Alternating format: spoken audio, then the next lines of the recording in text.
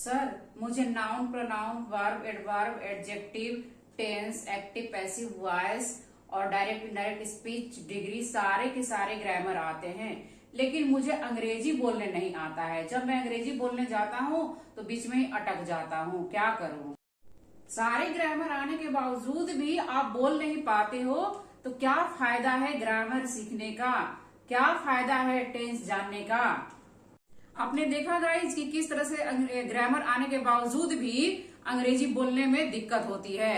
यानी कि instead of knowing grammar they are not able to speak in English. तो guys, what is the use of knowing everything? What is the use of knowing grammar? Grammar जानने की क्या फायदा है जब अंग्रेजी ही नहीं बोल पाते हैं? तो गाइज, जब इस तरह के सेंटेंस आपको बोलना है, यानी किस तरह के वाक्य, हिंदी का वाक्य अंग्रेजी में बोलना है, कि क्या फायदा है अंग्रेजी सीखने का, क्या फायदा है वहां जाने का, इस तरह के सेंटेंस आप ध्यान दीजिए guys. Day to day life में हम लोग बोलते हैं कि क्या फायदा है, क्या फायदा है ये काम करने का, क्या फायदा है गाड़ी चलाने का, क्या फायदा है 6 घंटा पढ़ने का जबकि मैं पेपर नहीं क्वालिफाई कर पा रहा हूं। तो इस तरह के सेंटेंस जो है आपको बनाना होगा हिंदी टू इंग्लिश। तो कैसे बनाएंगे, आज आप उसको सीखेंगे। Guys, my name is Sangeeta Singh and you are watching your channel adept your English. तो गाइज चलिए देखिए इसका स्ट्रक्चर क्या है। First of all, it is not a child's play to pass the MA examination. ये प्रोवर्ब्स होते हैं। Okay, it is not a child's play to pass the NEET examination, इस तरह भी आप बोल सकते हैं। MA परीक्षा पास करना खाला जी का घर नहीं। ओके, NEET परीक्षा पास करना खाला जी का घर नहीं। ओके गाइस, क्या फायदा है यहाँ बैठने का? What is the use of plus V4? V4 यानी कि वर्ब का 4 फॉर्म लगेंगे, ING फॉर V4 होते हैं। ओके गाइस, इसको हम लोग जेरंड भी करते हैं, ये जेरंड होते हैं। यानी कि इसमें क्या होता है, जो क्रिया है वर्ब जो है ये सब्जेक्ट के जगह पर यूज किया जाता है, यानी कि ये क्रिया सब्जेक्ट का काम करता है। ओके, इसलिए इसको जेरंड कहा जाता है। इसमें ING लगेगा, वर्ब में ING लगाएंगे, दे सिटिंग हियर, यानी कि सिट क्या हुआ, वर्ब हुआ, इसमें ING लगा हियर। क्या फायदा है यहाँ बैठने का? क्या फायदा है दूसरों का मजाक उड़ाने का? What is the use of मॉकिंग at others? क्या फायदा है मेडिसिन खाने का? यानी कि सुबह में मैं मेडिसिन खाई थी और अभी तक मेरा सर दर्द ठीक नहीं हुआ। सुबह मेरा सर दर्द कर रहा था, अभी तक सर दर्द हो ही रहा है। तो कई बार हम लोग नहीं बोलते, अरे क्या फायदा है भाई मेडिसिन खाने का, क्या फायदा था मेडिसिन खाने का? इसमें आप वज लगा देंगे। Okay, what is the use of taking medicine? Okay, और गाइस देखिए, टेकिंग यानी कि ये क्या हुआ, वर्ब हुआ, और इसमें ING लगाए हैं आप, ये वर्ब हुए। ओके, टेक ING लगा क्योंकि यहां पर ऑफ आया है, ऑफ। आगे हम लोग देखते हैं इसको, यानी कि जब ऑफ आएगा तो टेक, जब वर्ब आएगा ऑफ के बाद तो उसमें आप ING लगाएंगे। जैसे ये टेक ऑफ के बाद मेडिसिन सिर्फ आया है, मेडिसिन नाउन है, नेमिंग वर्ड यानी नाउन, किसी भी वस्तु, व्यक्ति, स्थान और सामान के आदि के नामों को संज्ञा कहते हैं। तो ये नेमिंग वर्ड है, ये सिर्फ मेडिसिन है, यहाँ पर वर्ब नहीं है, ये नाउन है। तो ऑफ सिर्फ मेडिसिन यानी एज इट इज लिख देंगे नाउन को, और वर्ब आएंगे तो उसमें आप ING लगाएंगे। Okay, what is the use of मॉकिंग at others? यानी कि ये आपका हुआ दूसरे को मजाक उड़ाना, मॉक, इसमें ING लगा है, एट अदर्स। ओके, दूसरे का क्या फायदा है दूसरे का मजाक उड़ाने में? ओके, या मजाक उड़ाने का। तो देखिए गाइज, इसका जो है व्हाट इज को आप ब्लेंड करके वर्ड्स बोल सकते हैं।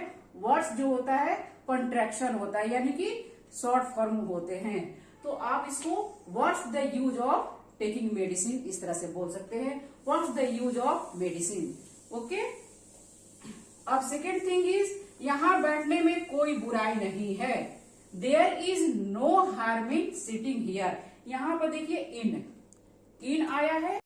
यहां आप एक बार देखिए कि सभी प्रीपोजिशंस जैसे in, at, on, for, from, by, with, without, of, इसके बाद यदि एक्शन वर्ड आए यानी कि कोई वर्ब आए, खाने का, पीने का, सोने का, हंसने का, खेलने का, कोई भी वर्ब आए एक्शन वर्ड, उसमें आप क्या करेंगे, आईएनजी लगाएंगे।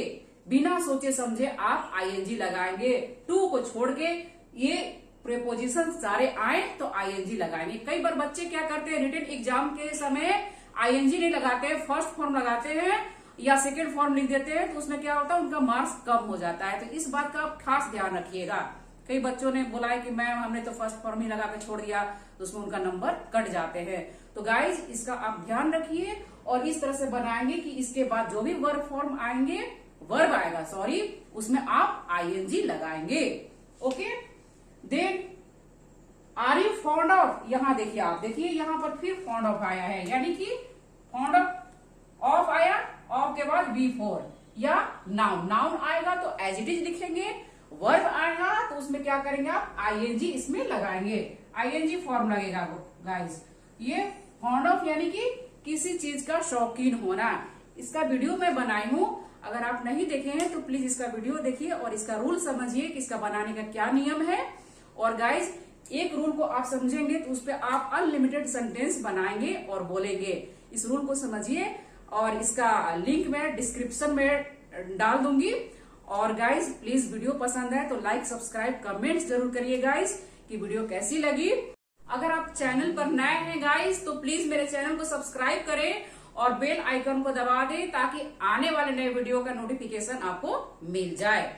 तो गाइज ये I am fond of plus B four, मैं शौकीन हूँ, क्या मैं रीडिंग बुक्स पढ़ने का शौकीन हूँ, रीडिंग बुक्स, ओके, और मैं किताबों का शौकीन हूँ, आई एम फॉन्ड ऑफ बुक्स। इस तरह से आप फॉन्ड ऑफ के साथ बनाएंगे, यानी जहां भी ऑफ आएगा इन आएगा, इन देखिए यहाँ पर आया है, इन है ये, इन आया यहाँ पर, इसके बाद वर्ब आए तो वर्ब में आप आईएनजी लगाएंगे। यूज ऑफ आया है यहाँ पर, ऑफ आया है, इसके बाद जो भी वर्ब के फॉर्म आएगा आईएनजी, और नाउन आएगी उसको एज इट इज लिखेंगे, यानी कि जैसा नाउन है केवल नाम को ऐसे ही लिख देना है, यानी कि मेडिसिन मेडिसिन, बुक्स बुक्स ऐसे ही लिखेंगे। नाउन कभी चेंज नहीं होता है, नाउन के फॉर्म नहीं होते हैं, ध्यान रखिएगा गाइस, केवल वर्ब के फॉर्म चलते हैं और वर्ब में ही हम लोग आईएनजी को यूज करते हैं।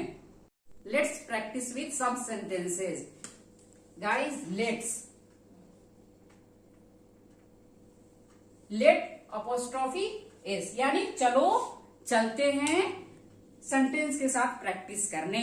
चलो चले प्रैक्टिस करने, चलो चले गाड़ी चलाने, चलो चले अंग्रेजी सीखने, चलो चले अंग्रेजी बोलने। गाइज लेट्स का आप यूज नहीं देखे हैं तो प्लीज मेरे वीडियो को देखिए और समझिए कहां पर हम लोग लेट और लेट्स का यूज करते हैं। क्या फायदा है पार्ट टाइम जॉब करने का। इस तरह से आप कोई भी सेंटेंस को लीजिए और बनाइए और बोलने की प्रैक्टिस करिए। मैं कुछ सेंटेंस के साथ आपको समझा रही हूं कि कैसे इसको बनाया जाता है। What is the use of doing part time job. क्या फायदा है पार्ट टाइम जॉब करने का। कोई बुराई नहीं है पार्ट टाइम जॉब करने में, कोई हर्ज नहीं है पार्ट टाइम जॉब करने में। There is no harm in doing part time job. क्या दिक्कत है भाई पार्ट टाइम जॉब करने में, कोई बुराई नहीं है। ये हमारा आत्मविश्वास बढ़ाता है। आत्मविश्वास बढ़ाना, boost our confidence. Boost RV regular verb होते हैं, boosted boosted second form third form ED के साथ बनेंगे।